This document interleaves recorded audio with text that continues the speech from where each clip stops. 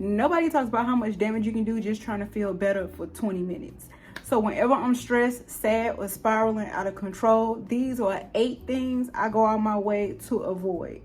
Welcome back to Sweet Unfiltered. This is Sweet, but don't let the smooth taste fool you. You see what we gonna be talking about, all right? I know I'm not the only one who be spiraling out of control, going crazy, calling that man mama's house, because she in it too. But anywho, let me get more serious. Let's get more somber.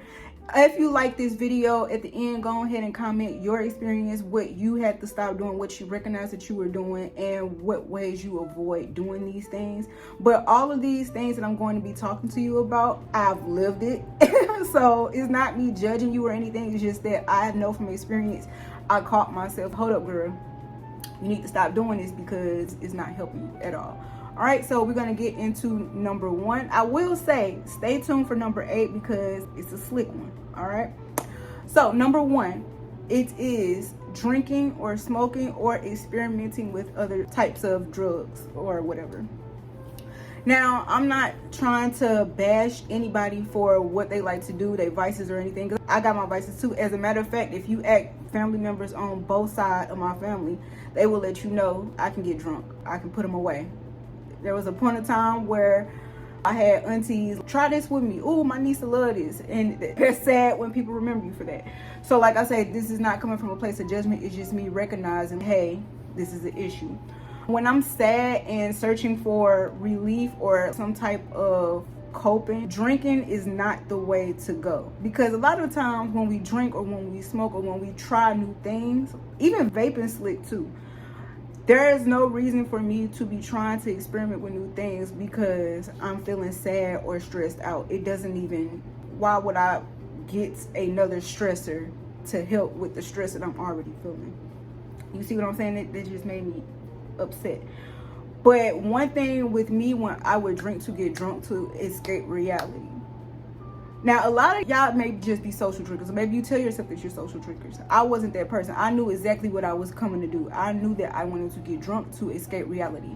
And the thing is, I would get so drunk that I would call all my exes. No, not just one. I would call all my exes and harass them. And then the next morning feel sad that, oh, it didn't turn out the way because I was trying to bait them into an argument. We're going to get into that later.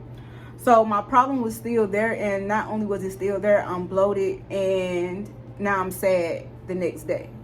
So drinking, smoking, all that other stuff, it does not help the problem at all. Keep that in mind. Number 2, I try to stay away from impulsive spending. There is something about when I'm feeling sad or stressed out that when I hunt for a new product, I'm hunting for a PSP right now. But impulsive spending, it don't just include shopping, but you could be trying to book flights. You could be trying to book cosmetic surgeries. That happened from me being sad. But like shopping, trips, going out to the club, buying perfumes that you ain't gonna wear, buying products that you're not gonna use. I got so many things around here that I don't use that came from me being either bored, sad, or stressed out. And the thing is, after you spend all that money, the thrill of it was you hunted it down, finding it, and then waiting on it to come to you. But once you got it, where is it? You don't even use it like that.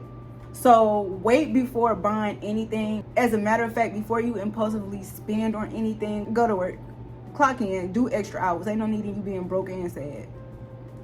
So keep that in mind. Impulsive spending will put you further into your spiral, because while I don't know what you're sad about, you could be sad about a breakup, you could be sad about family issues, you could be sad about the fact that you broke, which is another reason. If you broke, why would you keep spending money? Come on now. But no matter what you're sad about, give yourself time.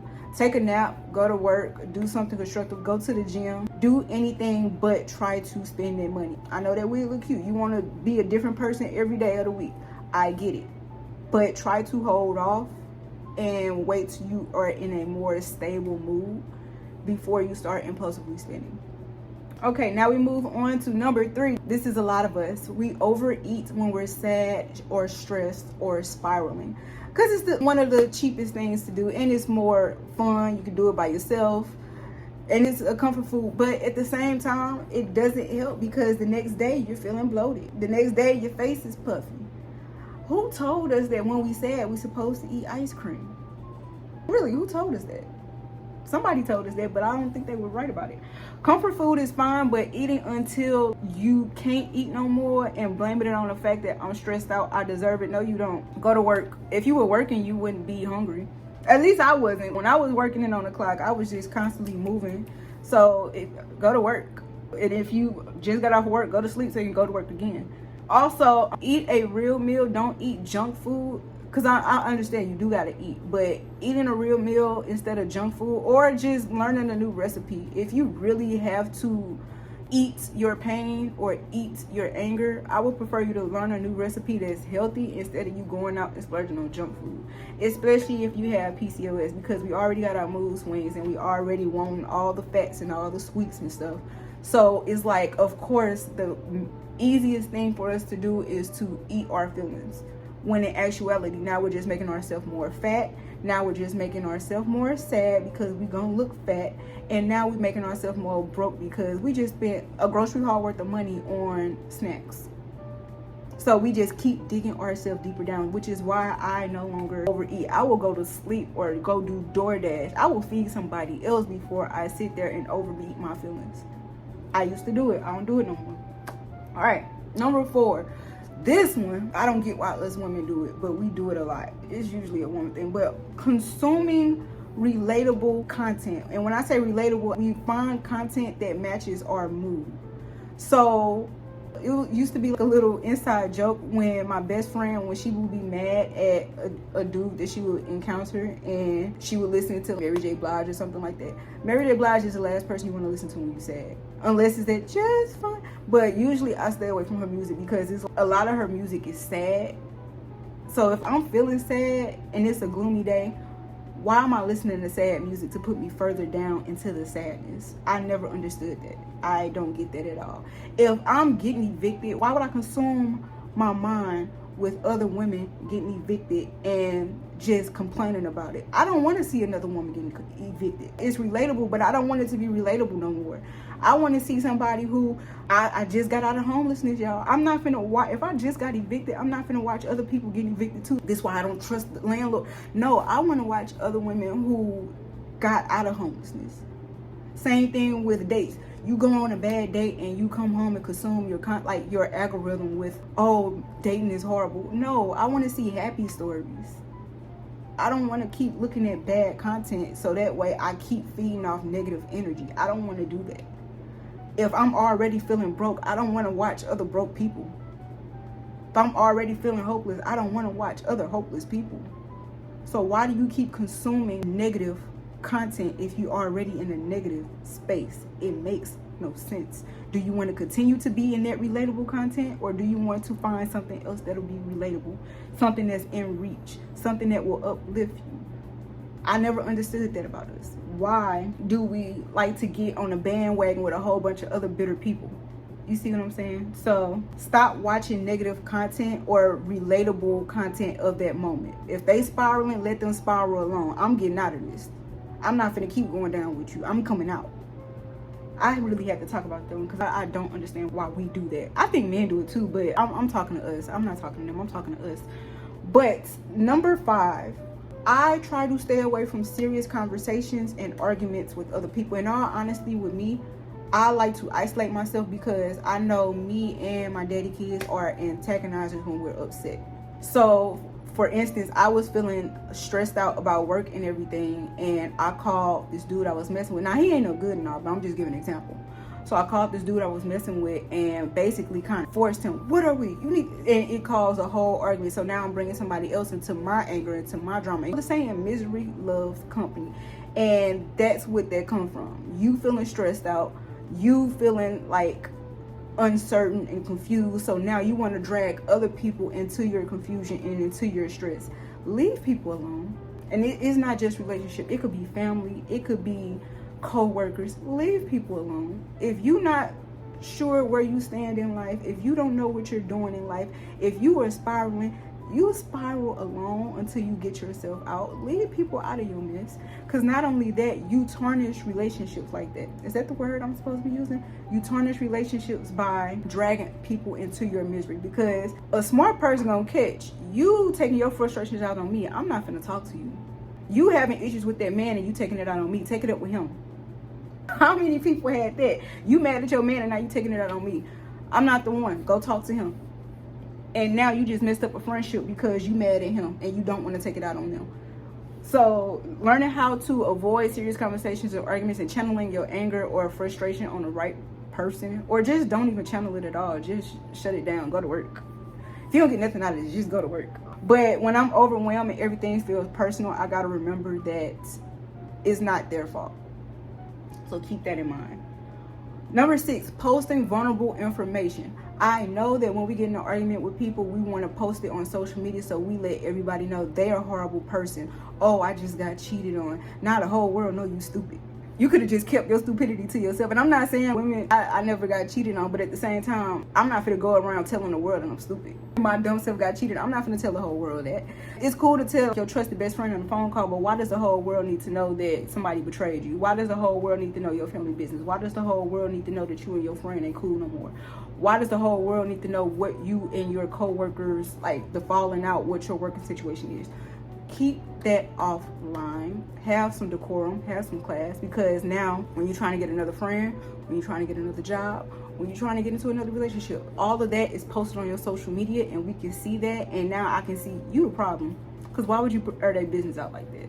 At least I wouldn't trust nobody that would just air out your business like that. So now I know I don't think I can rock with you. But stop posting vulnerable information. And people can use that against you. Like I said, people can just stop. People don't need to know. Confuse the enemy by shutting the hell up. How about that? Number 7, I try to avoid making permanent decisions, because the lipo is also a permanent decision, but I had time in between time, so that really don't count. But I'll give you an example. When I got upset, I worked at a Denny's, I got upset, I went ballistic, I shut the whole Denny's down. I regret how I did everything. I don't regret the statement I made, but I regret how I did everything, because I burnt my name up in the little server community out there or whatever. But don't be so quick. Same thing with that argument and the whole serious conversations. Don't be so quick to cut people off, say foul things, because you cannot take words back. So you have to really sit down, take a nap, or go to work. Sit down and think about what you're finna do. Don't make emotional decisions. Do you know a lot of the times, and I know I'm talking because this channel is for women, to women, so I really don't care about, oh, you just bashing on women. No, I'm not. I'm just talking to us, because I've done it too. But a lot of the times we go back to school because somebody broke our heart, or we trying to prove something to somebody, and we go into so much debt when all we needed to do was just really reflect and think on what happened.